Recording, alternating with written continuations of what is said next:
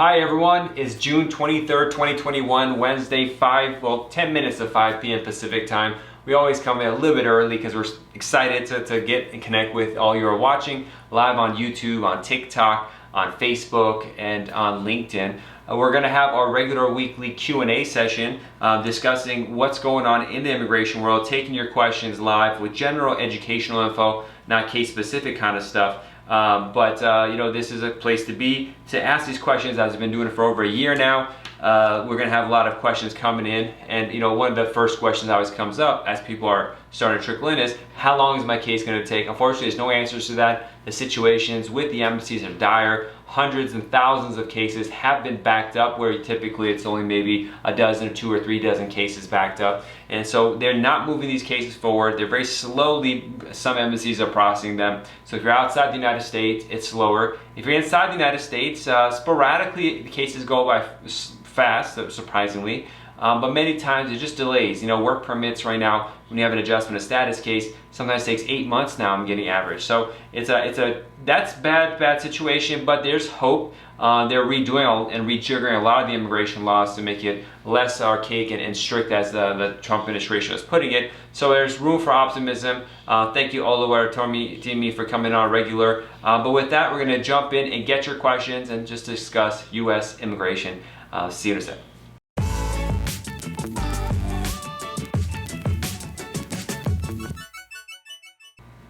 Kirk and Sammy asks, I'm F2A, waiting on interview in Jamaica, documentarily qualified June 2020. So let me break down what this means. F2A is the child or spouse of a green card holder. They're waiting for their green card. They have a petitioner who's a green card holder. DQ means documentarily qualified. That means they're going to have an interview in Jamaica, and they've uploaded all their documents to National Visa Center. National Visa Center said it's fine. But they did that in June 2020. It's been over a year now, and they still haven't got their interview. And this is a big problem right now, these delays that I talked about at the beginning of the show, where they're not scheduling these interviews because they're primarily shut down, and that shutdown for such an extended period of time creates a huge backlog. So unfortunately, if they're not scheduling it, maybe try emailing them, see if they remember you or something like that, or if they open up. But most likely, you're just going to have to wait to see what happens. It's a terrible situation to be separated from your family for so long. Yuvesh asks, hey, I filed for the U visa, the police certification got approved. What are the chances that my visa is approved? Well, Vish, I need to know everything about your case to be able to see what's going on.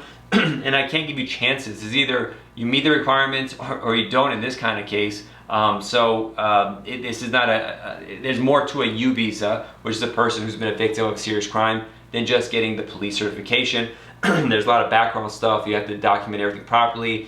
Send it. A colleague of ours got a U visa case denied because they asked for a copy of every page in the applicant's passport, and this included the front cover, which only had a photo of it, like of a statue or something like that. And because they didn't send that front cover photo, they denied the case. So when you talk about chances, that's just not how immigration works. It's about what's going on in your case, how is it filed, and all that kind of stuff. So I wish you the best of luck with the U visa. They've kind of trying to help you out a little bit with some new rules that the administration just put forward last week. So there's room for optimism there.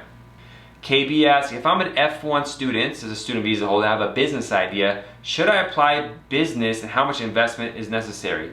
I think you're talking about, should you apply for a business visa and how much investment is necessary? Well, there's 2 types of investor visas if that's what you're looking for. One is called the E2, which if you're investing in business in the United States, there's no minimum amount for the E2 visa. It just depends on if the government believes that the amount of money you're investing and have invested it, it's past tense. You got to invest the money first and apply for the visa. And how much you have on hand, what your background is. They believe you that this is going to go somewhere, or this is some small business that's fake or is going to go out of business quickly. And so it really depends on what your business is.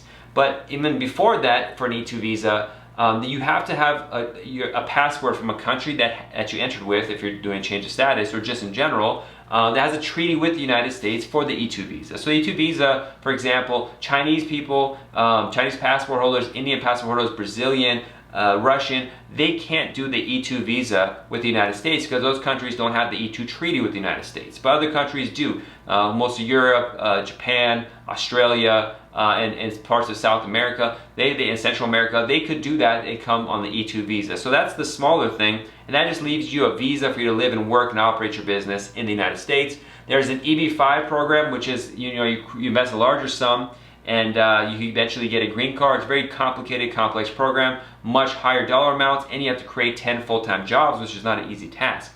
Now, there's a court decision this morning that lowered the fee, the initial investment out from what it was like $900,000 to 1.4 million or something like that. They brought it back down to the old numbers, which were around 500,000. I'm not sure if that's going to stay or it's going to last. What's going on? But if you're looking to do a large sum investment of your money and you can trace the source of your funds and you can invest it and create 10 full-time jobs, blah blah blah, then maybe EB-5 is free because it gets your green card as well. But there's just so much going on that we have to have a private consultation to see the details of your case, see what's appropriate there. But thank you for your question. Now, going back to the question with Olga, you know, a 221G refusal can mean many different things in administrative processing. Here, it seems that they're asking for additional documents which you supplied. What's the longest they could take? It could take forever. I've seen it take years. How long do they hold the passport? You can always request it back if you want. They'll hold it until you ask it back, unless they on their own just give it back in some way. Either you're approved or denied. And will the medical expire? Yeah, medical is only valid for 6 months on average. Sometimes if you have TB or something, it's only valid for 3 months. So many times people who get extended administrative processing, which is 221G, they will need to do eventually a new medical checkup and do that process again. So it's horrible. And you know, a lot of times we have cases, you know, take years. Eventually you may have to file a lawsuit and say, how come this is taking so long? So 221G is a terrible situation to be in. Hopefully since February, so that's long enough. It's like 4 months ago. It's a bad situation at 4 months. You know, give it 2 more months and then start talking with immigration lawyers to decide whether you should file a lawsuit or not. I'm sorry to hear that, Olga, but I wish you the best. User 95 asks, my sister was in the USA for 5 months on a visitor visa. Can she come back in August again? Well, there's no standard. So I get this question a lot. If you're here on a tourist visa, you leave, how soon could you come back? There's no law for that. They're going to analyze your general circumstances. So when your sister, for example, flies back to the US or comes by road, probably flies, at the airport, the Customs and Border Protection, CBP, is going to look and see her history and then ask her, like, well, why are you spending so much time in the United States? Don't you have a life back home? Don't you have work or house or kids or family or something like that? And if they're not satisfied with their answer, they're going to send her back either, you know, with voluntary withdrawal or expedited removal. But they're going to want to say, well, how is she paying for herself? She's spending 5 months in the United States. It's not cheap in the United States. How are you able to pay for it? Are you illegally working? Or are you really going to come and stay here? Are you married to somebody going to stay and apply for a green card here? They don't want you to do that. So can she come back in August again? She could try. It's not up to me. It's up to Officer of the Border. Probably she'll be fine. But at the end of the day, they're going to analyze it on a case-by-case basis. So it's really up to that. Down it follows up, my U.S. citizen daughter filed for me before my daughter was 21. Can I add her? No. If your U.S. citizen child files for a parent, they can only file for that one parent. There's no other people included in there. So what you have to do in this kind of case is once you get your green card, you turn around and file for your daughter, F2B category. And let's see what today estimate generally of the timeline is. I'm going to look it up. What you can do is go to a website called the Visa Bulletin.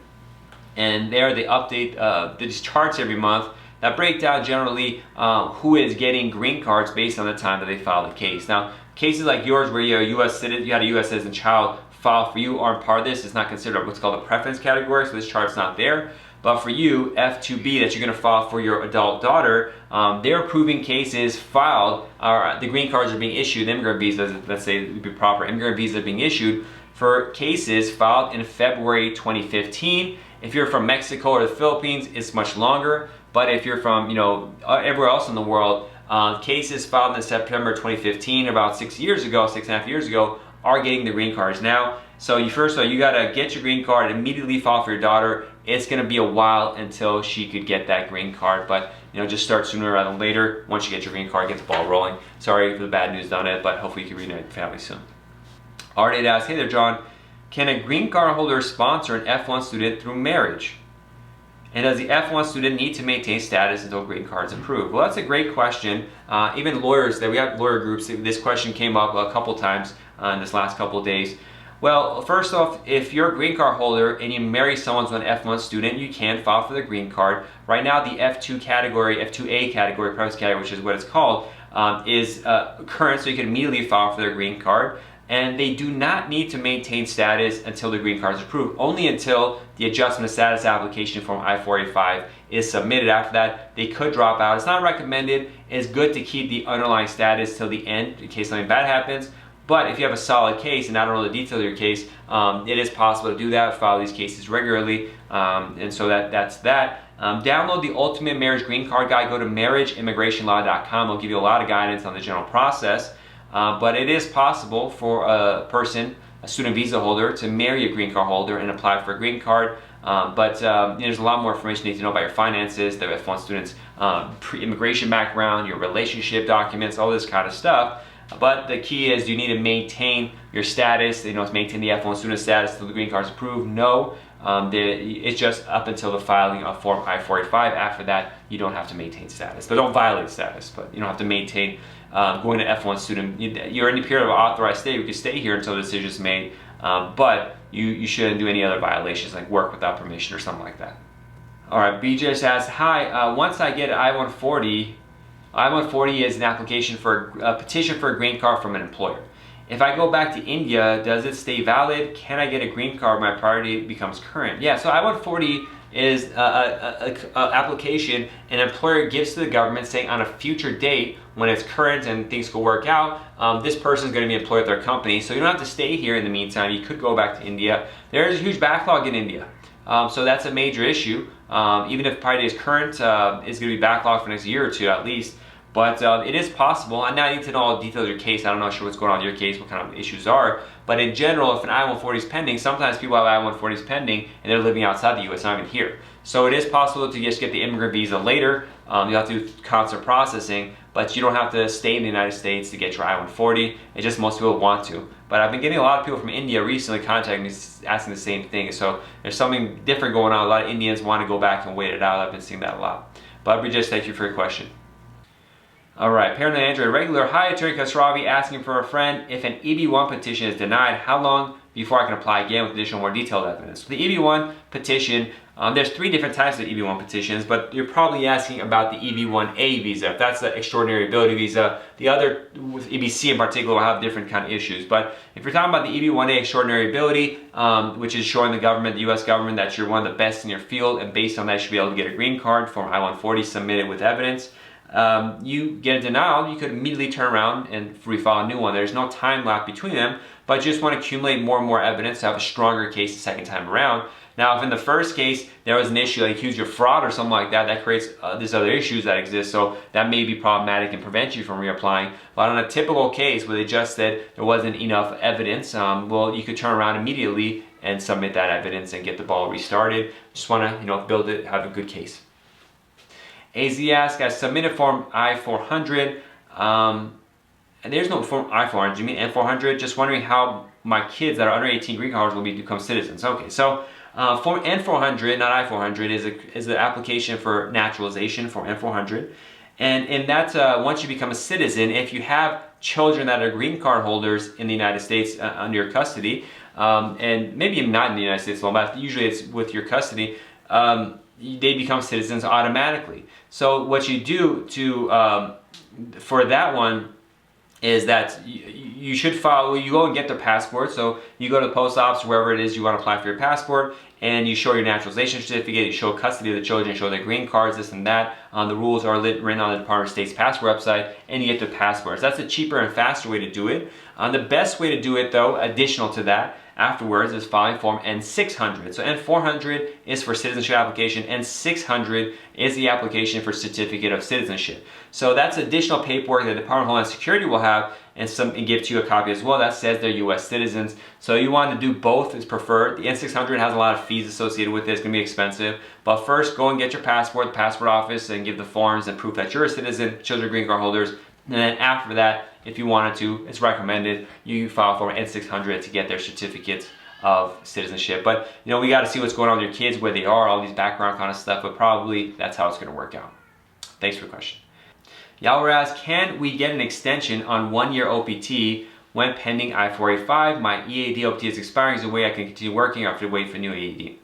So, well, let me break down for those who are unaware. So this person, Yalwar, is a student visa holder. After they graduate for 1 year, they could do optional practical training, OPT for short, which gives them a work permit to get more job experience in the field they studied. But in this case, they also have a green card application pending. So first of all, Yalwar, you got to make sure you file for an EAD with the green card application, so that just so that comes down the road. But there is no extension of your 1-year OPT unless you're doing STEM. STEM is science, technology, engineering, and math major. And those, if you have a proper job, you could be extension. That's how extension works. But on a basic 1-year OPT, without STEM, there's no extension. You will end up having a gap in between where you're not authorized to work until you get a new EAD. Sometimes you can request an expedite of the new EAD based on the I-485, the adjustment of status green card filing, saying you're going to have severe financial loss, or if your employer is someone that, that's doing important work of national interest, for example, you can say, they need me to be there, please hurry it up. So there's some strategies you could push the issue on, but in general, there's no way to directly extend a 1-year OPT unless you're doing STEM. You just got to make sure you file the I-485 with an EAD request from I-765, and then maybe push it to be expedited. Shreya asks what to do if you got 2 biometrics appointments and 1 notice and I haven't received yet, which I have first appointment, and another notice I got second appointment, first appointment I saw it online. Sometimes USCIS does send 2 biometric notices mistakenly. Best thing to do is to just go to both to be safe, but at least go to one. At least go to the first one, but you should probably just go to both. They mess up like this sometimes. But that question about OPT is a really important one, and just student visa holders in general, because I see people have problems with this because when they're applying for their student visa, they don't mention previous work history, or they're in the US, they do an internship without official OPT, they think it's not a big deal, the school doesn't guide them properly, and then they go exit the United States, go file for a new F1 student visa, and don't mention the fact that they work with authorization or their work history. And potentially that could be a problem, or other issues for people filing for student visas, like they don't mention that they had military history or they were in the military for conscription. That's when a country forces their citizens for a year or two to do practice military training, just in case something happens, they can help mobilize the country during time of war. And that conscription has to be mentioned in the Form DS-160 for the F1 student visa and all visas in general. And frequently I find student visa holders in particular forget to mention it, and then becomes a big problem. So I definitely recommend being very thorough, answering every question. If you're confused, talk with an immigration attorney to help you through it. Seeing the disasters come up later is heart-wrenching, so I really don't want that to happen to you all. With that, everyone, God bless, be safe, and I'll see you all next week. Bye-bye. I hope you enjoyed this educational video. We have a second channel with much more information as well at JQK Immigration Clips. Please check that out. Also, you'll find our social media site has a lot more videos, images, and information about the US immigration process. Please check those out on the various social media websites.